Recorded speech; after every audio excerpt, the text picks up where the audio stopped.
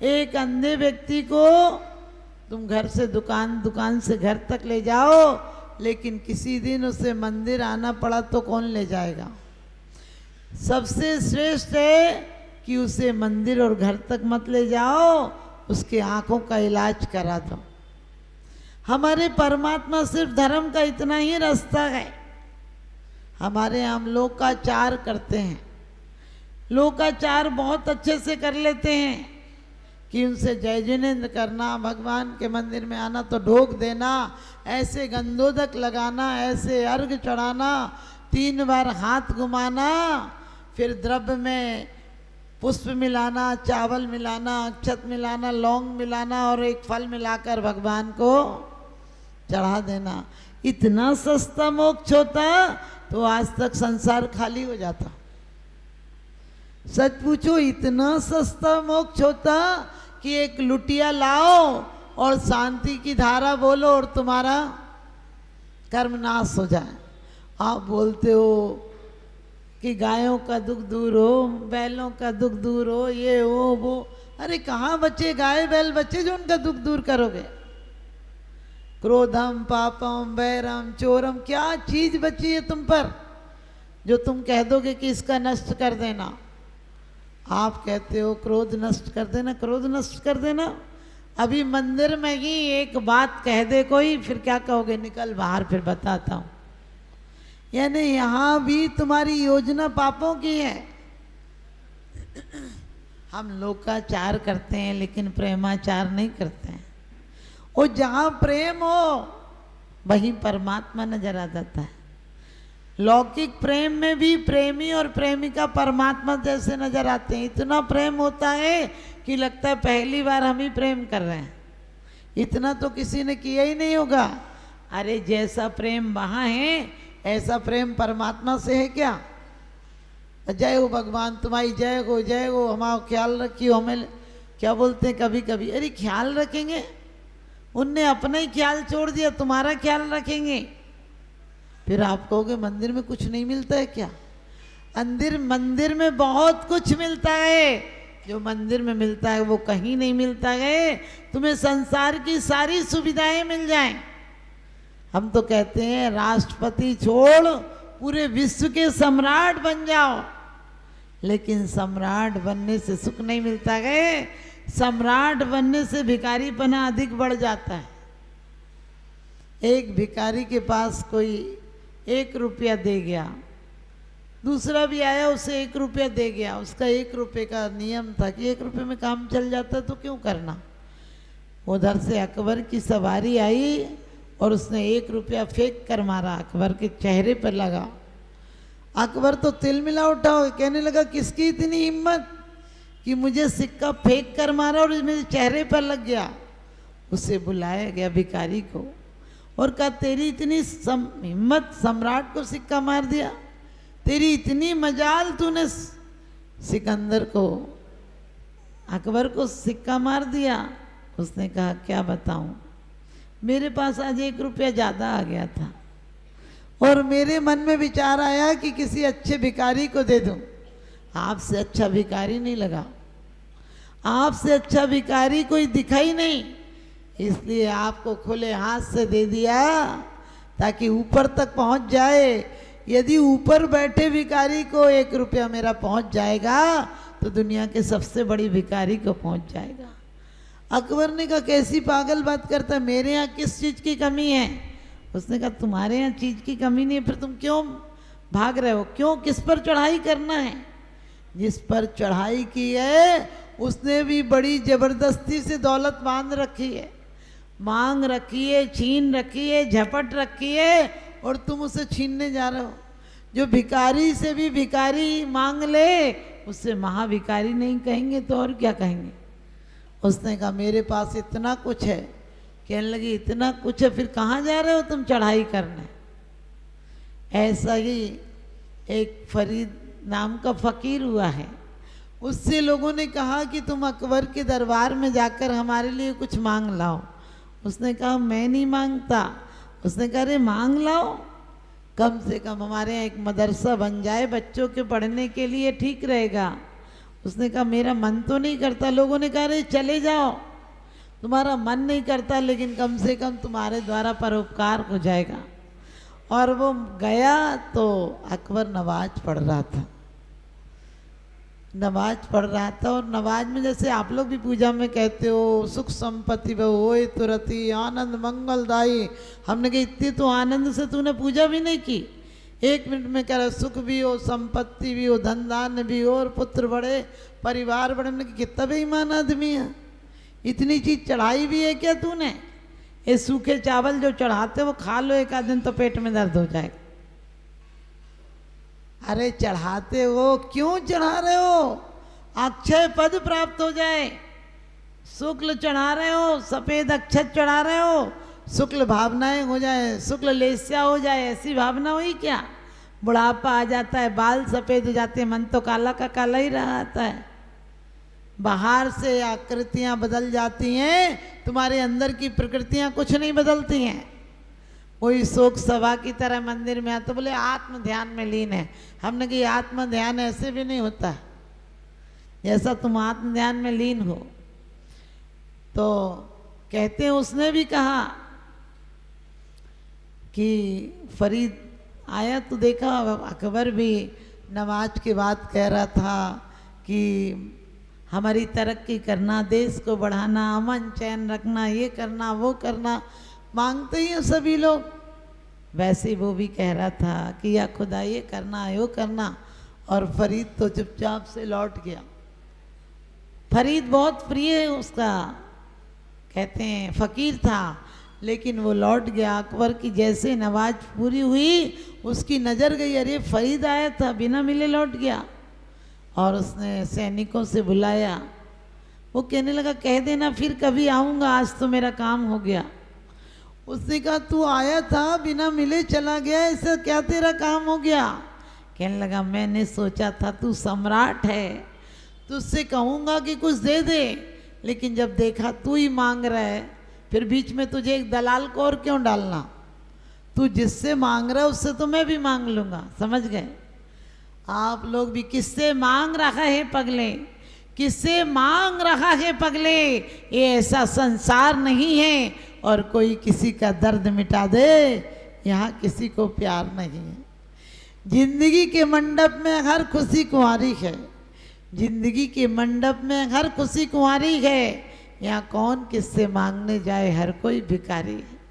तुम जितने पाप भी करते हो वो पाप भी क्यों करते हो? प्रेम से करते हो। पाप कोई अपने लिए करता है क्या?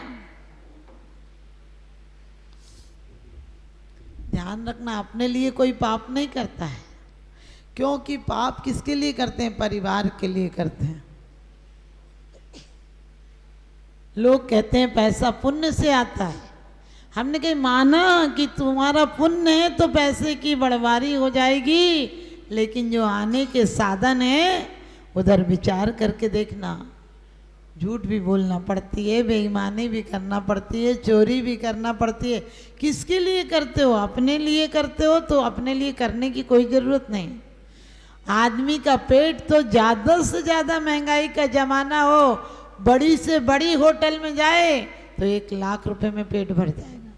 कितने बड़ी से बड़ी होटल में जाए 1 लाख रुपए से बड़ी प्लेट क्या होगी? लेकिन विचार करके देखना कि ये करोड़ से भी पेट नहीं भरता है। लाख की तो बात जाने दो, जितना बड़ा धन बढ़ता है उतना बड़ा भिखारीपन भी बढ़ता है। आपने देखा जिस पे 90 है उसे 10 की चिंता है, इस पर 90,000 उसे 10,000 की चिंता है, और 90 करोड़ हैं तो 10 करोड़ की चिंता है। एक होते तो 10 होते, एक होकर 10 होते, 10 होकर सहस्त्र होए तो अच्छा है। यूं ही चिंता करते करते लाखों की हद तक पहुंचा है तो भी ये चिंता संपन्न न हुई। ऐसी डायन चिंता है। चिंताएं और इच्छाएं कभी समाप्त नहीं होती हैं। सिर्फ एक रास्ता है, वो है परमात्मा का रास्ता, वो है परमात्मा की पूजा। ये जो आप कहते 16 कारण लग गए, 10 लक्षण लग गए, हमने कहीं लग गए कोई भूत पिशाच है क्या लग गए? एक दिन तुम्हारे जीवन के अंग बन जाएं, एक बार 10 लक्षण में से एक लक्षण आ जाए, उसके बाद तुम्हारे 10 लक्षण अपने आप आ जाते हैं। ध्यान रखना, यदि तुम्हारी मेल जोल चोरों से है तो सारे चोर जितने होंगे वो तुम्हारे पास आ जाएंगे, और सज्जनों से मेल जोल हो तो गांव के सारे सज्जन आ जाएंगे। आपको यदि शराब की लत हो तो अपने आप शराब की दुकान मिल जाती, नहीं मिल जाए तो ढूंढ लेते हो। और यदि पूजा की लत भी हो तो मंदिर ढूंढ लेते हो। लेकिन सच बताना, पूजा के समय तुम्हारे ये भाव हुए हैं क्या कि अब संसार में कुछ नहीं चाहिए? तुम रोज कहते हो मेरी तो से बनी ताते करऊं पुकार, और सबसे बड़ी लाइन तो ये बोलते हो बीत राग भेंटो अवे मैटो राग कुटे। भगवान धोबी है क्या तुम्हारे यहाँ मिटाने आएगा? कैसे राग मिटेगा? अब घर परिवार में देखना, किसी को इतनी सी एक कटोरी पहुंच जाए तो 10 बार कहते हो कटोरी गई थी वापस नहीं आई, कटोरी गई थी वापस नहीं आई। विचार करना, इतनी कटोरियां हैं कि तुम मर जाओगे, कम से कम 100 कटोरियां तो तुम्हारे हाथ ही नहीं लगाओगे। इतना बर्तन होगा कि कुछ भी बर्तन देखना, रोज आकिंचन धर्म की माला फेर लोगे, 100 धर्म की माला फेर लोगे, और जब भी दिवाली का समय आएगा तो इतना सारा घर में फालतू सामान होता है, इतने कपड़े होते हैं कि लगता है इन्हें निकाल दो, पहनने में तो आते नहीं हैं। लेकिन फिर क्या मन करता है, रख लो कभी आ जाएंगे, रख लो कभी तो काम आ ही जाएंगे। वो कभी नहीं आता है, एक दिन कभी ऐसा जरूर आता है कि एक दिन का कभी आएगा और तुम चले जाओगे, सामान यहीं पड़ा रह जाए। सामान 100 बरस का पल की खबर नहीं। कहते हैं सिकंदर जब गया दुनिया से सभी हाली बहाली थे, पड़ी थी सामने दौलत मगर 2 हाथ खाली थे। सिकंदर को भी एहसास हो गया था आखिरी टाइम में, जब उसने कहा था मेरी सारी दौलत ले लो लेकिन मुझे 24 घंटे का समय दे दो, मैं कम से कम विजय लेकर लौट तो जाऊं, कम से कम अपनी माँ के पैर छुआऊं कि तेरी दुआओं का फल है, मैं राज्य लेकर लौटा हूं। और कहते हैं वैद्यों ने मना कर दिया कि अब आप लौट नहीं सकते, आप पर समय नहीं है। उसने ये तक कहा कि तुम्हें मुंह मांगा इनाम दूंगा, तुम कहो तो सोने से तुम्हें तौल दूंगा, लेकिन मुझे कुछ समय दे दो। आपको पता है वैद्यों ने कहा था तुम कुछ भी दे दो, अपना राज्य भी दे दो, लेकिन तुम्हें 3 घंटे से ज़्यादा नहीं बचाया जा सकता है। आप सोच रहे हो कि सिकंदर के साथ हुआ गए, हमारे साथ कहाँ होना? हम तो इतने लोगों के लिए रोक कर आते हैं, हमारे लिए कौन आएगा भला रोकर? हमारे लिए कौन रोने आएगा? हम तो इतने लोगों को भेज कर आते हैं शमशान, लेकिन हम वापस चले आते हैं। हम इतने लोगों को भेज कर आते हैं, हम साबत चले आते हैं, हम नहीं जलते हैं। अरे एक दिन वो भी आएगा जब तुम्हें भेजकर भी लोग वापस नहीं लाएंगे, लौट कर आएंगे। ये दुनिया क्या है, एक मुर्दों की बस्ती है जिसमें किसी ना किसी का टिकट एक दिन कट जाता है। लेकिन हम इतने गाफिल हैं कि कभी ये ख्याल नहीं आता है। आप ध्यान रखना, मैं कहती हूँ कि लोकाचार मत करो, प्रेमाचार करो। प्रेम जहाँ होता है वहाँ सब कुछ देने को, अर्पण करने को तैयार होते हैं। प्रेमी आपकी चीज ले ले तो आप खुश हो जाते हो। आज तक परमात्मा से प्रेम हुआ? आप कहते हो माता जी हम इतना धर्म करते हैं। हमने कही जो धर्म इंसान से इंसान का प्रेम नहीं सिखाता हो, वो परमात्मा से क्या प्रेम सिखाएगा? जो इंसान इंसान को लड़ाता हो, वो धर्मात्मा से क्या मिलाएगा? अभी देखना मंदिर में भी तुम्हें दुश्मन और दोस्त नजर नहीं आते क्या? यदि तुम्हारी कोई मिलने वाली मंदिर में आ जाए और बहुत दिन बाद मिली हो, सच बताना कि परमात्मा का अर्घ चढ़ाते चढ़ाते ऐसे ही हाथ रह जाता है और लगता है वो देख ले तो इशारा कर दूं कि बैठ, यहाँ बगल में बैठ जा। और कभी कभी तुम्हारी जिससे तकरार हो वो आ जाए तो क्या करती हो, बिल्कुल आंख बंद कर लेती हो, जैसे अभी सिद्ध सिला जा रहे हो कि कहीं आंख टकरा नहीं जाए। क्षमा पानी पर क्या करोगे, किन से क्षमा मांगोगे? लेकर क्षमा का साबुन इस आत्मा को धो लो, और कोई गांठ है तो खोलो। लेकिन सच बताना, क्षमा भी मांगोगे तो ऐसे मांगोगे, जिससे नहीं बनती होगी तो ऐसे आंख बचाओगे जैसे कि पुलिस को देखकर चोर बचाता है तुरंत। यदि 10 भी खड़े होंगे ना, उसे 9 में करोगी, 1 में तो ऐसे आंखें घूम जाएंगी, और फिर कहते हो 1 नंबर के सम्यक दृष्टि हैं। भगवान मेरी तो तुझसे बनी, हमने कि तेरी जैसी दुश्मनी किसी से नहीं बनी। कम से कम चोर इज्जत से चोर तो है।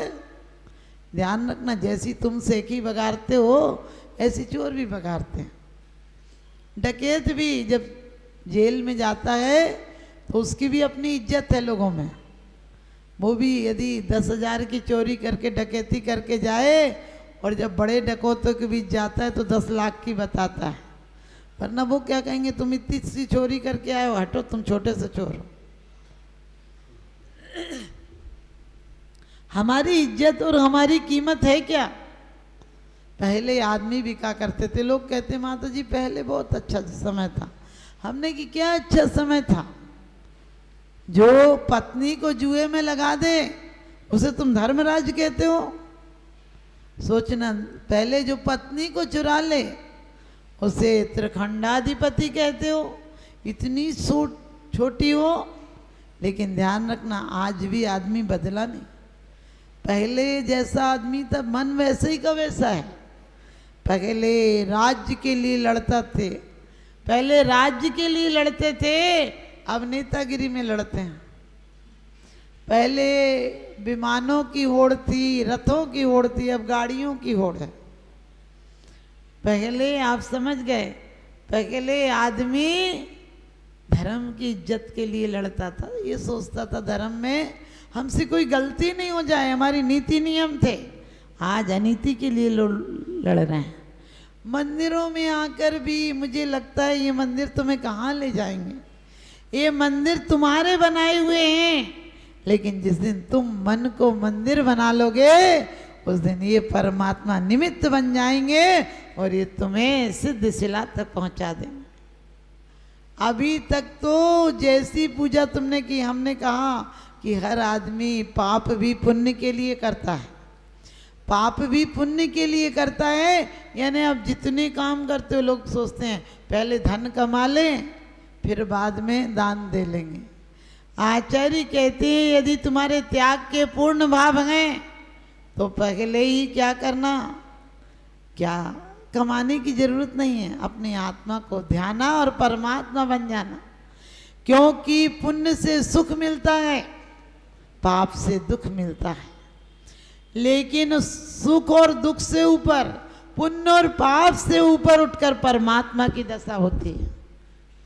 पुण्य और पाप से ऊपर उठकर परमात्मा दशा होती है। पुण्य पाप फल माई हरक बिलखो मत भाई, यह पुद्गल पर जाए उपज बिन से थिर नाई।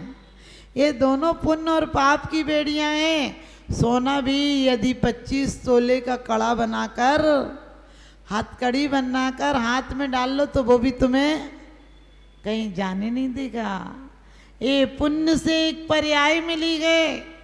जितनी चीजें मिली हैं आपको सब पुण्य का प्रताप है, लेकिन पुण्य को कैसे गमा रहे हो सोच कर देखना। ये पैर मिले थे कि तुम जहां चलो वहीं तीर्थ हो जाए, हाथ मिले थे कि तुम जो करो वही पूजन हो जाए, आंख मिली थी कि जिसको देखो वहीं दर्शन हो जाए। भगवान मेरी नजरों में वो तासीर हो जाए, भगवान मेरी नजरों में वो तासीर हो जाए। नजर जिस चीज पर डालूं तेरी तस्वीर हो जाए, नजर जिस चीज पर डालूं तेरी तस्वीर हो जाए। लेकिन सच बताना, मंदिर में आकर तुम्हें परमात्मा नजर आता है क्या? काले पीले सफेद भगवान नजर आते हैं। लोग हर जगह कहते हैं हमने सोने के भगवान बनाए, हमने कि तुम सोने सा दिल बना लेती तो तुम भगवान बन जाती। तुमने सोने से भगवान बनाए, लेकिन क्यों कहा है ग्रेही पे ग्रह में न रंगे जो जलते भिन्न कमल है, नगर नारी को प्यार यथा का दे में है ममल है। कि कीचड़ में सोना रहता है, लेकिन कीचड़ से क्या होता है, सोना पे प्रभाव नहीं पड़ता है। और कहते हैं बाजारू स्त्री वेश्या कितनी भी अच्छी हो, उसे पैसे से प्यार होता है। तुम्हारे लिए भी पुण्य इतना ही है, जब तक पुण्य है तब तक तुम्हें सब कुछ मिल रहा है। जिस दिन तुम्हारा पुण्य छीन हो जाएगा उस दिन सब कुछ पड़ा रहेगा, लेकिन तुम नहीं रहोगे। इतने पुण्य से इतनी सुंदर देह मिली थी, तूने मैली कर ली, अरमानों का गला घोंट कर पाप की गठरी भर ली। कितनी सुंदर देह मिली थी। लोग कहते हैं हमारा पुण्य का उदय है, जैन कुल मिला है। हमने कहा जैसे तुम्हारे कारनामे हैं ऐसे जैन कुल क्या करेगा? कुल कहीं ले जाता है क्या? कुल कहीं ले जाता होता तो मारीच इतना भटक जाता क्या? तीर्थंकर का पोता, सोचो, ऋषभदेव के पोता और चक्रवर्ती का बेटा, कामदेव का भतीजा, और ऐसे जीव को भी अहंकार आया तो रसातल में मिल गया। एक बार नहीं, आपको पता, एक बार नहीं 60,000 बार तो अकहुआ का पेड़ बना है। कितनी कितनी दुर्गति में गया भाई जीव, और जब सुधरा तो एक सिंह की पर्याय में आप होते तो देखते तक नहीं। हमसे नहीं देखा जा रहा है, मुंह में खून लगाए, लेकिन एक करुणा कहो परम ज्ञानी मुनिराजों की कि उसमें भी परमात्मा नजर आ रहा है। तुम्हें धर्मात्माओं में भी परमात्मा नजर नहीं आता है। तुम्हारी जरा सी तकरार हो जाए बस वो दोस्त भी दुश्मन नजर आता है। तुम्हें एक इंद्री में भी क्यों कहा है त्रस हिंसा को त्याग वृथा था वर्ण संगारे, कि तुम त्रस हिंसा को तो त्याग कर देना, स्थावर हिंसा का भी व्यर्थ में मत करना। लेकिन आप सोच कर देखो, नहीं काम चल पाए तो, क्योंकि लोग नमक छोड़ देते हैं, नमक का ही ध्यान रखे रहते 24 घंटे, और 24 घंटे रखे रहें तो ठीक है। कोई कोई तो ये तक कहता है माता जी 8 दिन पहले हमें नमक, बिना नमक का खाना था, उस दिन हलवा बना ही नहीं, हमने कि तुम इससे अच्छा नमक खा लेते। क्या फर्क पड़ता है? इतनी वासना इतनी देर तक काम कर रही है, इससे अच्छा नमक खा लो। नमक ने क्या बिगाड़ा है? क्योंकि सच पूछो, रसना इंद्री का त्याग करना, कोई भी इंद्रियां, 5 इंद्रियों में से त्याग अंदर से होता है। महावीर भगवान ने 12 वर्ष में से जो हिसाब लगाओ तो 11 वर्ष उपास किए, 11 वर्ष उपास किए, लेकिन हमारी और आपकी तरह उपास नहीं किए। इतने ध्यान में लीन रहे कि खाने का ख्याल ही नहीं आया। आप सच बताना, कल उपास हो तो आज भी आता है, कल भी आता है और परसों भी आता है ख्याल। क्योंकि बस इतना ही तो अंतर है। कल तक माल गिन रहे थे, नोट गिन रहे थे, अब माला गिनने लगोगे। कल तक कह रहे थे चाट पकौड़ी खाएंगे, आज बोले देखेंगे तक नहीं। कल तक कहते थे कि घर बनवाएंगे, आज कहने लगे धर्मशाला बनवाएंगे। ज़्यादा अंतर नहीं हुआ, मन में वही चीज़ें खड़ी हैं।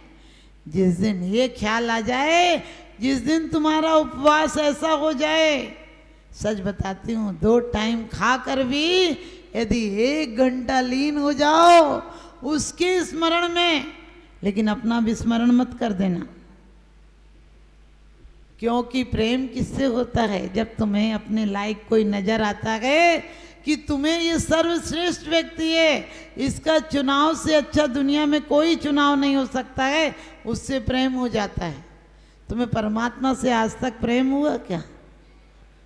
कहते हैं जब वासना अधोगामी बनती है तो कामना बन जाती है, और जब आप वासना ऊर्ध्वगामी बनती है तो साधना बन जाती है, प्रार्थना बन जाती है, और एक दिन परमात्मा बन जाती है। लेकिन आज से ही यदि तुम्हें सच्चा सुख पाना है तो सिर्फ किताबों में मत आंखें उलझाए रखना। लोग कहते हैं माता जी इसको पढ़ो तो उपयोग नहीं बदलता है। हमने कहीं पर्वत पर चढ़ जाओ और पर्वत से नीचे उतर के आओगे तब तुम्हारी हकीकत पता चलेगी कि तुम्हारी हालत क्या है। अभी क्या पता चलेगी, क्योंकि हमें कुछ दिन को सत्ता मिली है।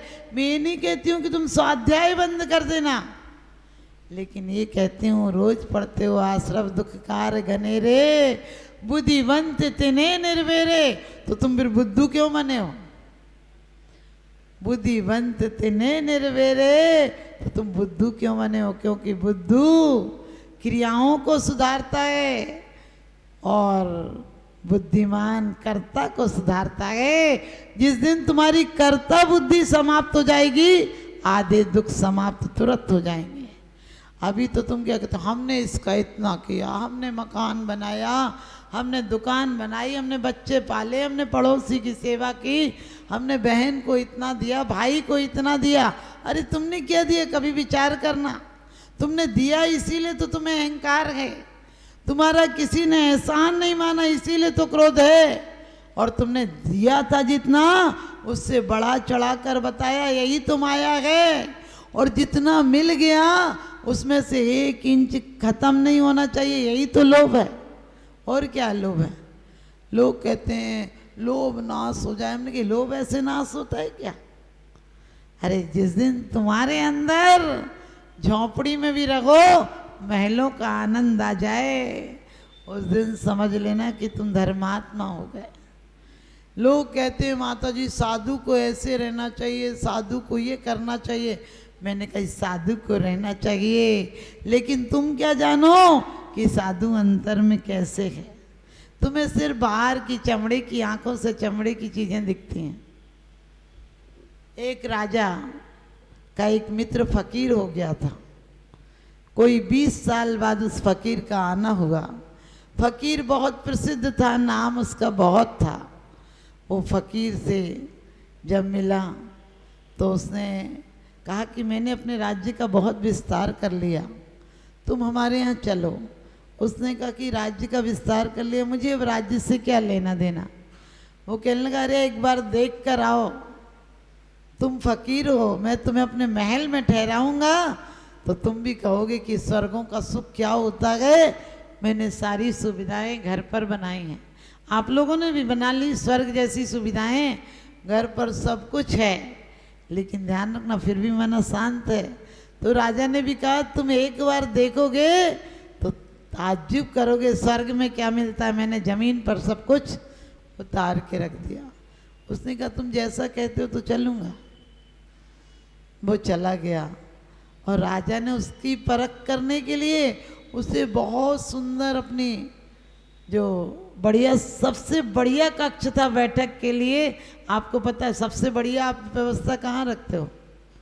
बैठक में रखते हो, क्योंकि बैठक वो है, बैठक तुम्हारी बाहर की जिंदगी है।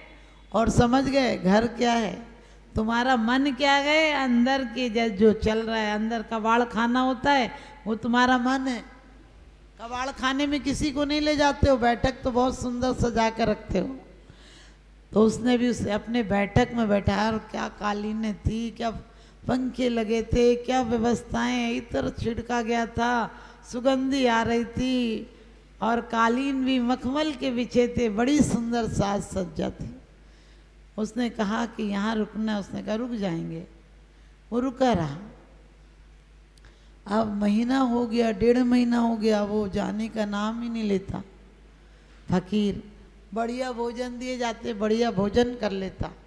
एक दिन तो राजा की सीमा के बाहर हो गया, कहने लगा अरे मैं तो इसे सोचता था फकीर हो गई तो वैसे ही का वैसा है, तो इतनी आसक्ति हो गई कि आया तो जाने का नाम ही नहीं लेता। तो राजा ने एक दिन सुबह सुबह कहा कि कुछ आपसे प्रश्न है मेरी कोई शंका है।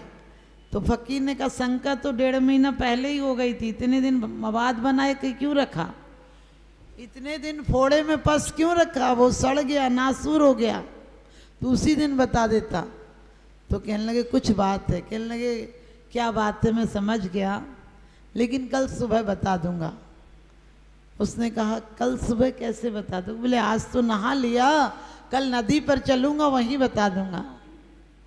तो जब नदी पर गया तो नदी में नहाया और नहाकर उसने राजा को जबरन उसे नदी में डुबा दिया।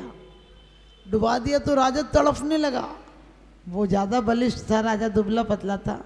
उसने पूरी ताकत लगा दी राजा को दबाने में और राजा ने बामुश्किल पूरी दम लगा दी और निकल कर बाहर आया और कहने लगे मैं तो तुम्हें साधु समझता था, तुम हत्यारे हो क्या? मेरी हत्या कर दोगे?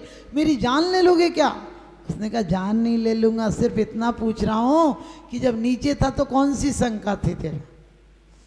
जब नीचे था जो शंका थी वो बता दे। उसने कहा नीचे शंका? नीचे तो शंका ही खत्म हो गई थी, वहाँ तो एक ही बात थी, पूरी ताकत लगा दी थी कि बच जाऊं। कहने लगे बस ऐसी ताकत जिस दिन परमात्मा के लिए लगा देगा सब विचार तेरे शून्य हो जाएंगे, उस दिन तुझे परमात्मा मिल जाएगा। कहने लगे एक और शंका है। कहने लगे बता दूंगा, थोड़ी दूर चल। और वो थोड़ी दूर गया। राजा को लगा अरे मैं तो नगर की सीमा समाप्ति पर आ गई। उसने कहा पता है बचपन में यहाँ तक आते थे? कहने लगे हाँ आते थे। कहने लगे ये हमारी सीमा है। कहने लगे चलो ना फिर आगे बता देंगे, आगे आगे। उसने कहा, राजा ने कहा अरे समझते हो हमारी यहीं तक सीमा, इसके आगे हम नहीं जा सकते हैं। उसने कहा जवाब मिल गया, हम आगे जाते हैं, हम आगे जाते हैं। उसने कहा तुम आगे जाते हो का मतलब तुमने जवाब नहीं दिया। कहने लगे तुम्हें समझ में नहीं आया, तुमने कहा यहाँ तक हमारी सीमा है, मुझे राज्य में आज न्याय करना है, किसी की संपत्ति जब्त करना है, किसी को सूली की सजा देना है, तुम्हें बहुत कुछ करना है, हमें कुछ नहीं करना है। तुम्हारे यहाँ रहे तो वैसे रह लिए, यहाँ रहे तो यहाँ रह लिए। ध्यान रखना, तुम्हें लगा था कि हम महलों में रहते हैं, हम महलों के बाद भी अपने आप में रहते हैं।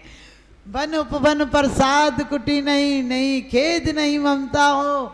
ध्यान रखना, तुम्हें बाहर से साधु दिखते हैं, जिस दिन अंदर से तुम्हें साधु नजर आने लगेंगे उस दिन तुम साधु हो जाओगे। तुम गृहस्थ में साधु हो जाओ, गृहस्थ में साधु हो जाओ का मतलब देव शास्त्र गुरु से तुम्हारी ऐसी लगन हो जाए कि कम से कम 1-2 घंटे परमात्मा के नाम पर दे दो। तेरा तुझको अर्पण क्या लागे मेरा।